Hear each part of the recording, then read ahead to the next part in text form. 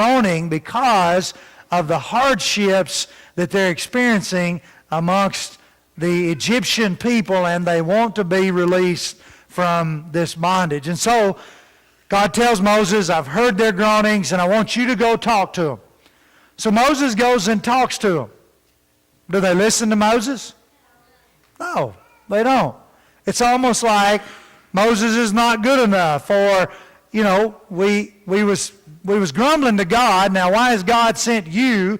You know, and so it's almost like they don't have the amount of respect that they need for Moses at this point. And so obviously Moses is still proving himself as a leader, and Moses has been away for a while, and Moses made some terrible mistakes. And so Moses is a human. He's certainly not perfect, and he's got a lot of obstacles to overcome to prove his leadership ability.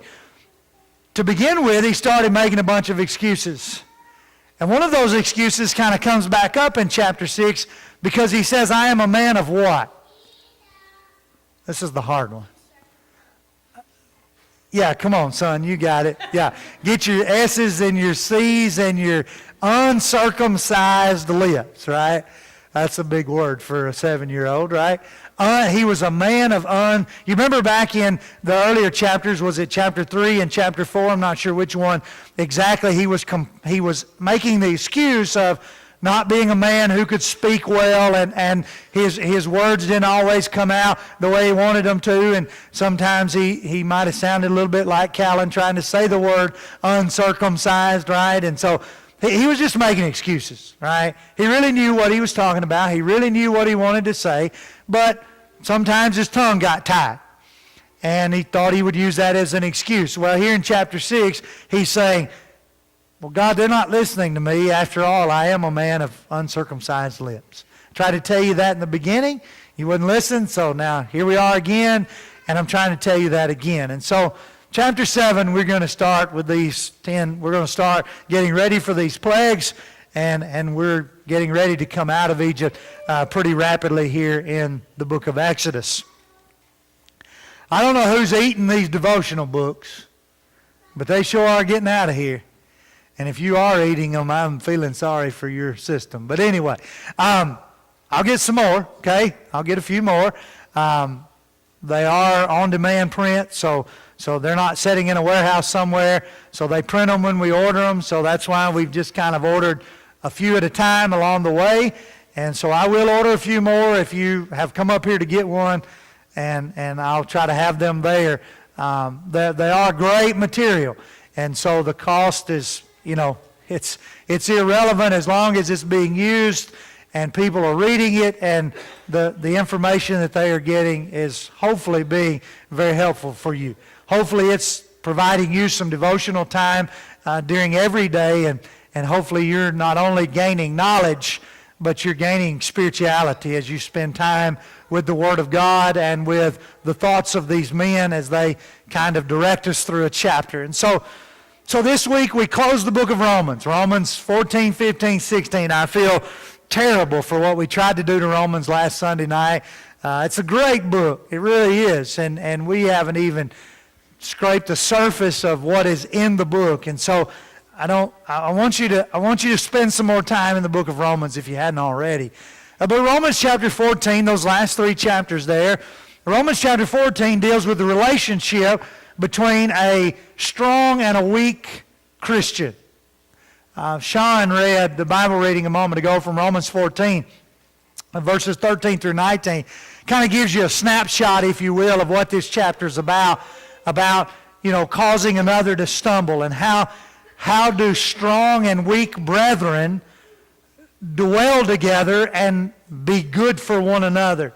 We're going to come back to that a little bit. I think there's a nugget there that you and I need to take home and really decipher and really think about and study deeper in, whether we be the weaker or the stronger, and wherever we see ourselves in that, we need to realize that both sides come with responsibilities and accountability, and we're a big family here, right? And so we need to admit that we're not all in the same place spiritually. One of the things that I think, in my opinion, would help a lot of marriages is that if marriages would realize they're not in the same place spiritually. And I mean husbands and wives.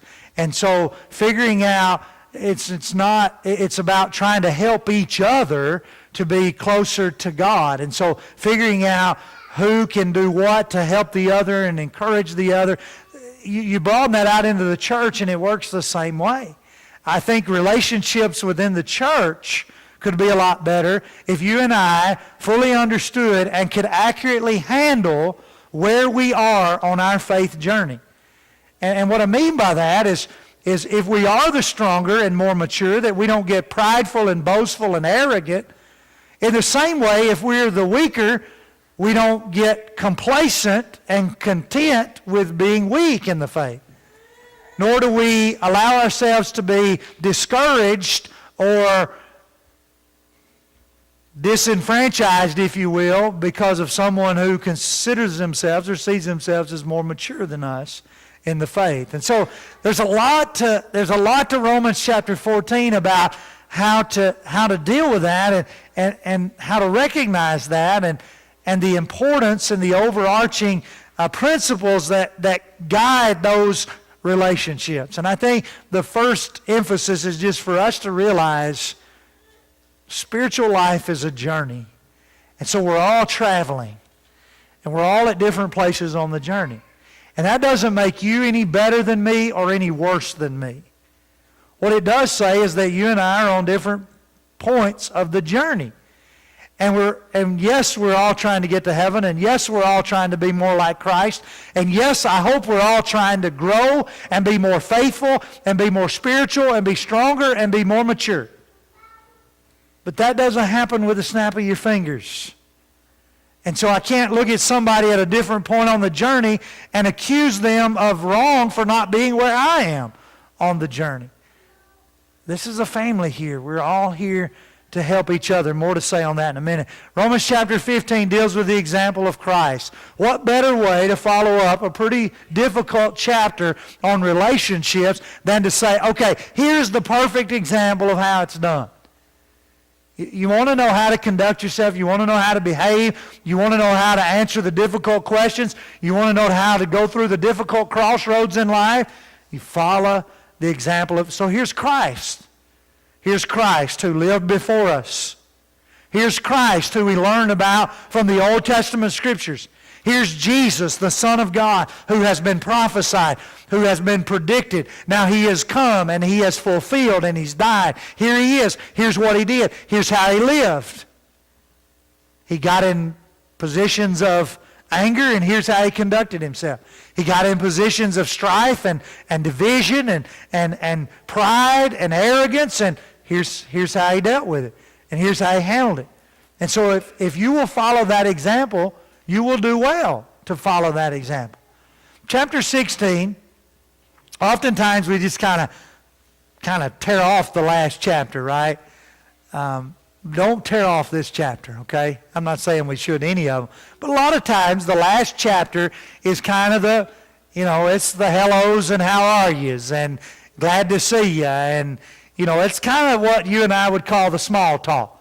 So chapter 1 of a letter would be similar to the small talk. You pick up the phone, you say, hello, how are you?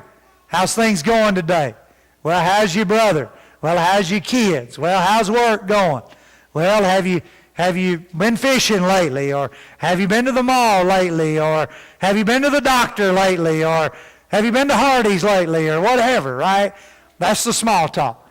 And that's kind of how the conversation begins. And then I love it when this statement right here happens. Now, here's why I called you. Okay, boy. There's the punchline, right? Okay, I'm ready to get to business now, okay?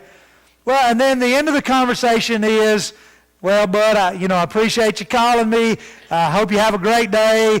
I hope your brother's wife's feeling better soon, and I hope your dog doesn't have to go back to the vet.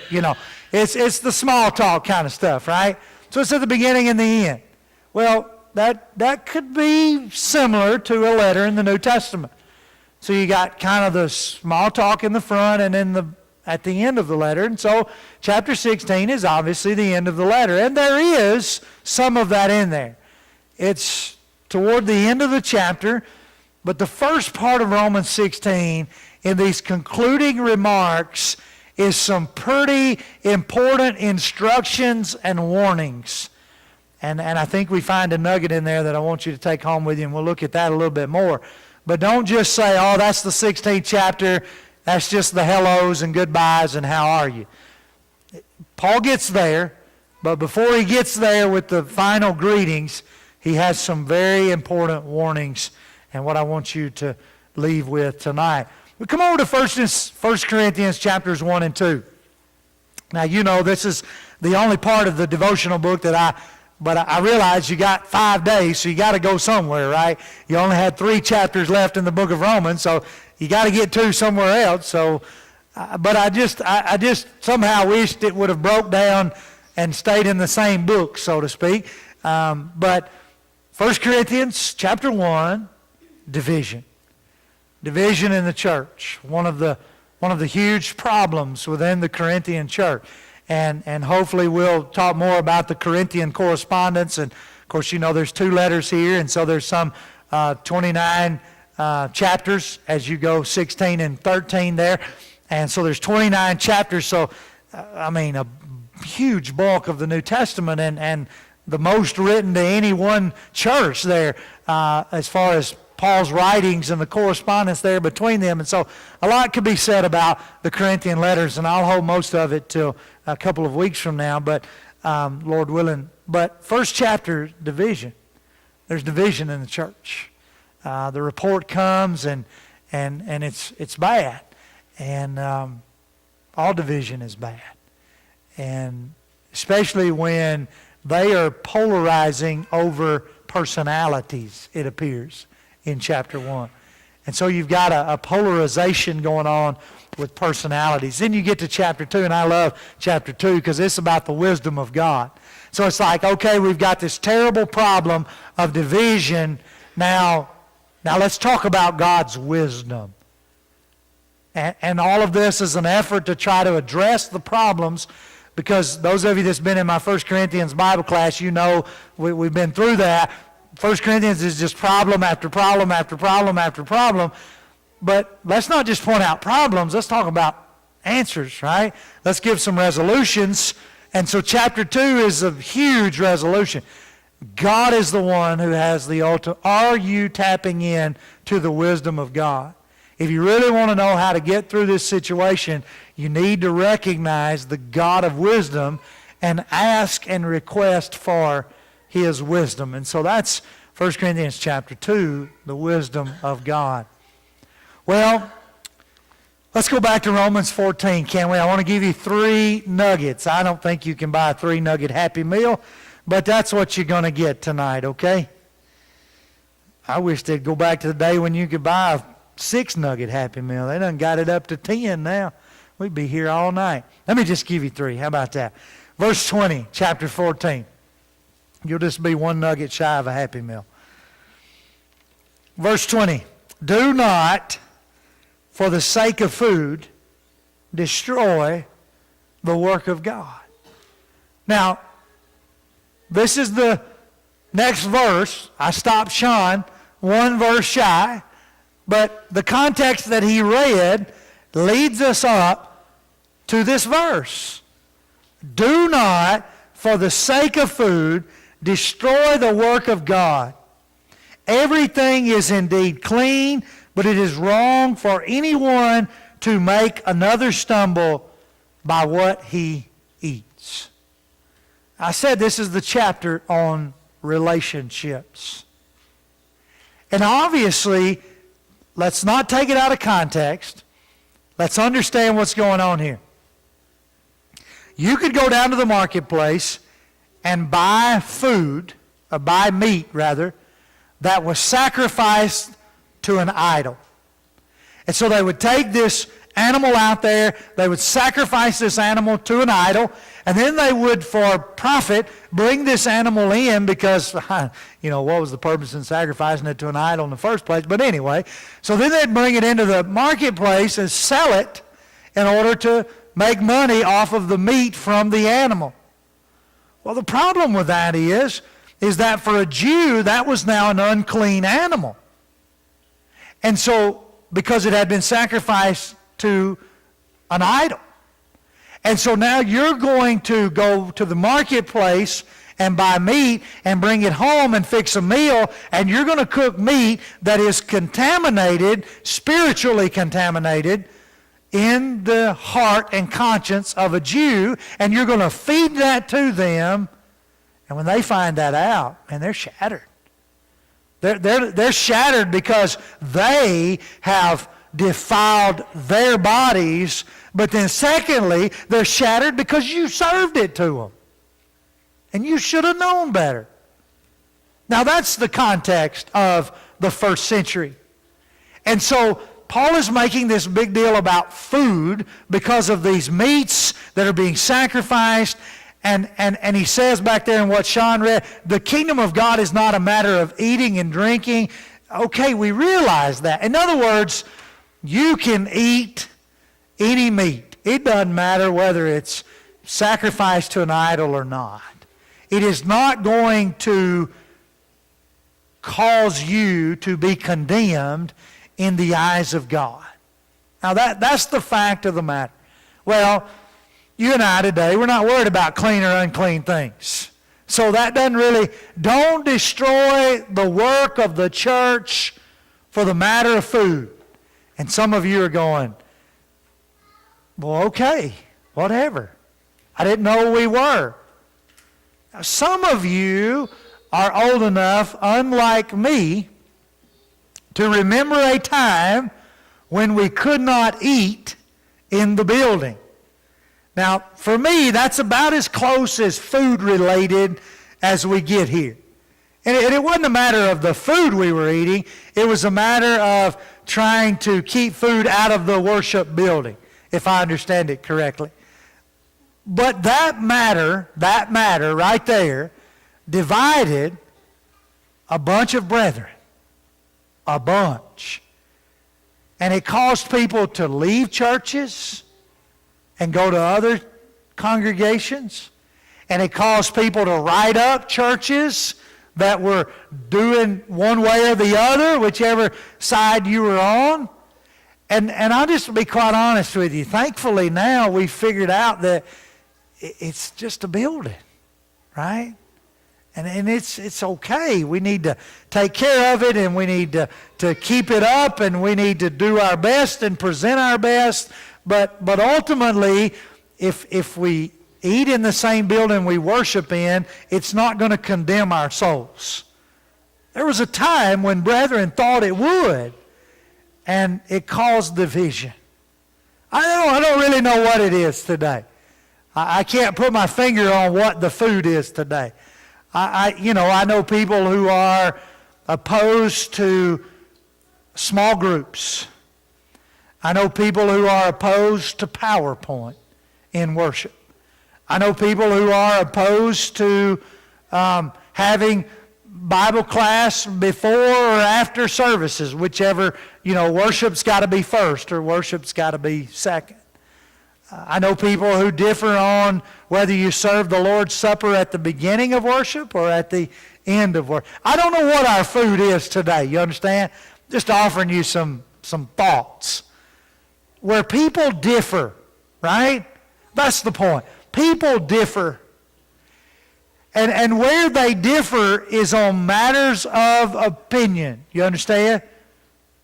You see, this food is not, Paul says it's clean, it's okay. And so it's not going to contaminate you. The principle is, or the command, or the doctrine is that we partake of the Lord's Supper on the first day of the week. Now, whether we do that before the first song or after the third song or before the fifth song, I really don't think it violates the command anywhere as long as it's on the first day of the week. Now, here's the point. The point is, don't destroy the work of the church for food. Meaning, if you want the Lord's Supper after the fifth song, then hunky-dory to you. But the elders have decided to put it after the third song, And you're big enough and mature enough to say, I can handle it. I'm not going to go cause a big stink. I'm not going to rattle or rave or grumble or gripe or try to, okay, that's what they decided is best, then great. That's what we're going to. If for whatever reason the elders decided that it would be better to have Bible class after worship, well, that causes me to get up earlier now. I have to get to church earlier, you know. Well, so be it. Get over it. It doesn't change the principle of what we're doing. We have worship, we have Bible class. And if the elders deem it to be more successful in that way, then you don't be guilty of stirring a pot because it's not the way you want it. That's what he's saying in Romans 14 and verse 20. Don't destroy the work of the church over food. Now, if it's doctrinal and if it's biblical or unscriptural, then that's a whole different matter. But the reality of it is that a lot of discouragement, a lot of dividing, a lot of dissension, a lot of unity is lost over matters of food. From Romans 14. Ephesians 4 and verse 29 says, let no corrupt talk come out of your mouth, but only what is fitting for the purpose of building up one another. Matthew chapter 18 and verse 6, Jesus has been talking about this little child that he brought up here and set on his lap. And he said, if you don't humble yourself and become like this little child, you won't enter the kingdom of heaven. And he says in verse 6, if anyone causes one of these little ones to stumble. Pardon the paraphrase, but he would be better off in a cave in Thailand, right? With a rope hung around his neck, drowning. Don't cause one of these little ones to stumble. The point is, just because someone's weaker, don't give you the right to create a stink and might be just what sets their soul into an eternal spin of hell. Don't be guilty of that. Be known for building up and encouraging. We got enough fault finders and finger pointers in the world. We don't need no more of them. There's enough of them. We need encouragers. We need strengtheners. We need people that will build up, recognizing that you're at a different point on the journey than I am. Chapter 15. The nugget comes in verse 5 and 6, and it ties into verse 20 of chapter 14. May the God of endurance and encouragement grant you to live in such harmony with one another, to live in harmony, that together you may with one voice glorify God, the Father of our Lord Jesus Christ. Harmony, oneness, togetherness, unity. I know nothing about singing. I don't know the pitch. I don't know the tune. I don't know the speed. I don't know the parts really. I don't know the notes. I don't know. But I can tell you what I do know. I do know when it's off. And usually I'm the one leading it. I know when it's off. Harmony is such a sweet, beautiful, soft, enjoyable.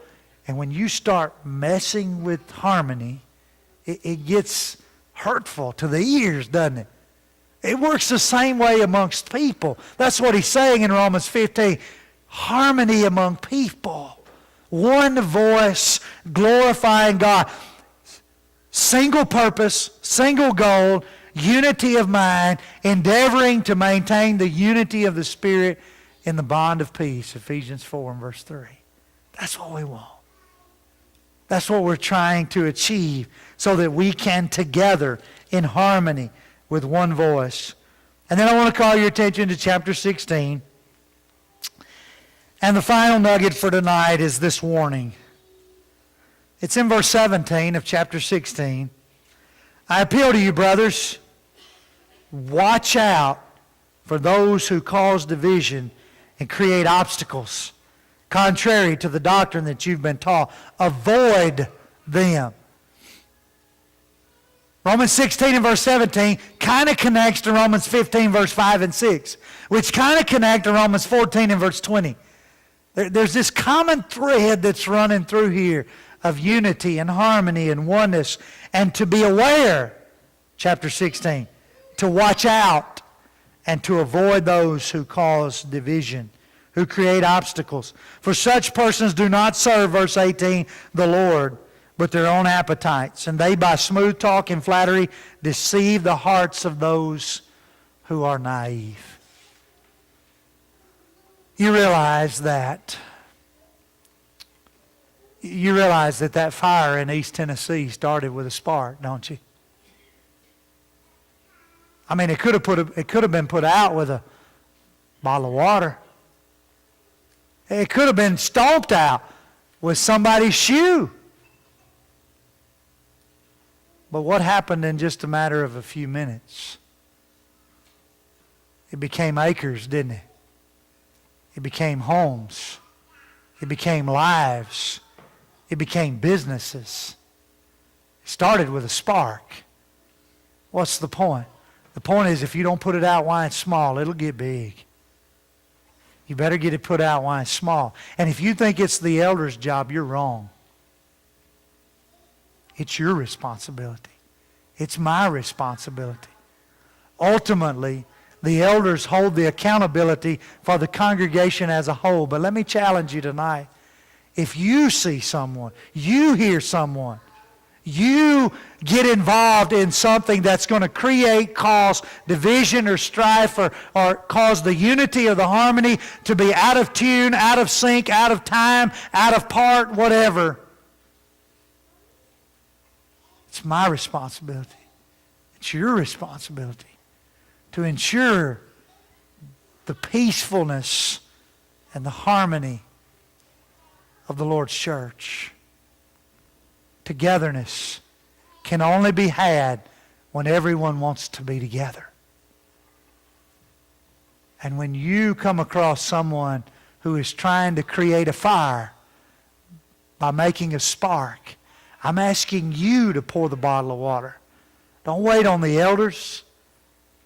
You do your part. Now, if you can't get it put out, it may get to the point to where it needs to go to the elders, and fair enough. But don't lay all the responsibility on those guys. Keep some of it for yourself. You be watchful. You avoid those. You don't be guilty of promoting or massaging or encouraging those who wish to cause strife or division. It's just like a wildfire. Could you imagine? I know we can't go there, and only God knows what ultimately is going on in that cave in Thailand. But could you imagine tonight? Just imagine with me that for whatever reason, after 2 or 3 days, those boys just got mad at each other. And they just started fighting. Well, wouldn't that be wonderful, right? They just started whooping each other down there in the bottom of that cave about to fill up with water. Well, wouldn't that be real good? Wouldn't that solve a lot of problems? And I'm not there, and I hope I never am there, but I've just got to believe that those boys are probably closer than anybody in the world tonight. I don't believe you could split them with dynamite. And if they do get out of there, I'm convinced there is a bond there that'll be with them till the day they die. I kind of like to be able to say that in the church. I'd kind of like to be able to say that you couldn't divide us with dynamite. That we're that strong.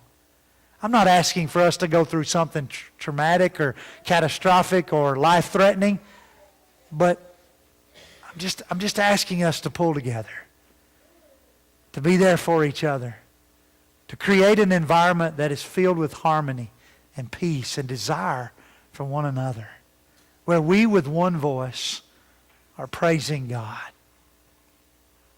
What a joy that is to be a part of. And others will want to be a part of that. Tonight, if you're here and you're not a part of it, I want you to be a part of the family, to enjoy that together, to enjoy the peace of knowing God as our Father, to feel the encouragement and love and support of a family unit that really does love and care about you. And there's a bond there that cannot be separated by the world or the temptations of Satan. You start your journey tonight. Let us help you on that journey, and you help us on our journey. And together we'll make it. We'll survive. We'll make it out alive. Because in eternity, we'll be with God. If you're not a part of the family of God, would you come right now as we stand and sing?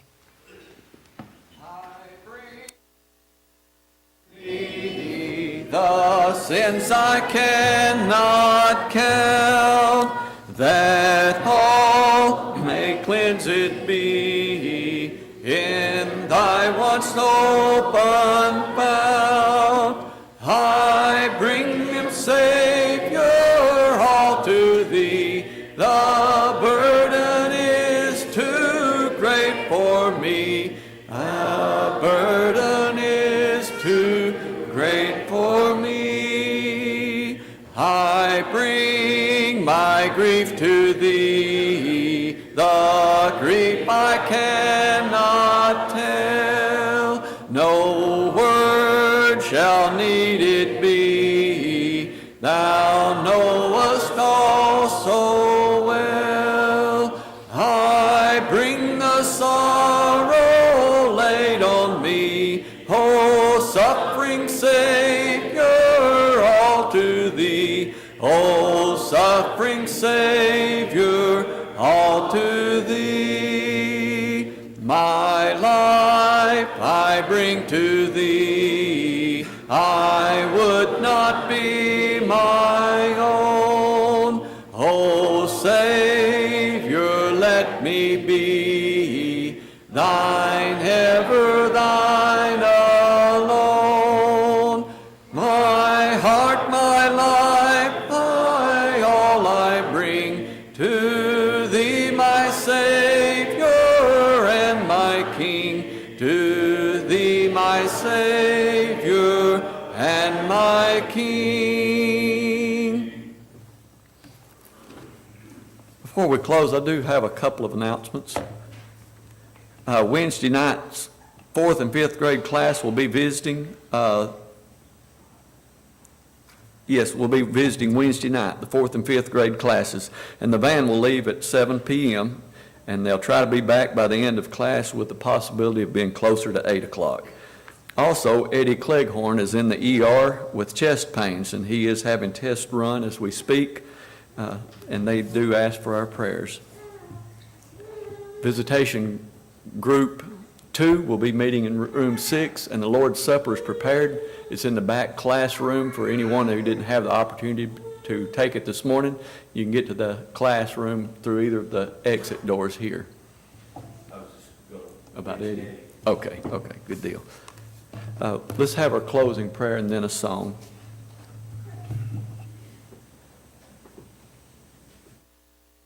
Pray with me. Dear Heavenly Father, thank you for this beautiful day you've given us. Thank you for the many wonderful blessings of life. Thank you for this opportunity to come here and study your word. Thank you for the church here at Leoma. We ask that you'll bless, ask you'll bless the elders, the deacons, the teachers, Rodney and Josh, every member, Lord, as we try to do things all according to your will. We ask you'll bless the sick that's been mentioned here tonight. We ask you'll be with Eddie Cleghorn and his family. Please be with Roger Rowland. Be with the others that were mentioned. Lord, help them if it be your will to regain their health. We ask you'll bless the rescue effort in Thailand, dear Lord. Please help to be with those that are trapped and be with the rescuers as they try to rescue them. We ask that you'll bless us, Lord. Help us to have a safe trip home. In Jesus' name, amen. 711. Sing the first and last verse, please, Chris. Blessed be the tie that binds our hearts in Christian love, the fellowship of kindred minds is like to that above. When we asunder part, it gives us inward pain, but we shall still be joined in heart and hope to meet again.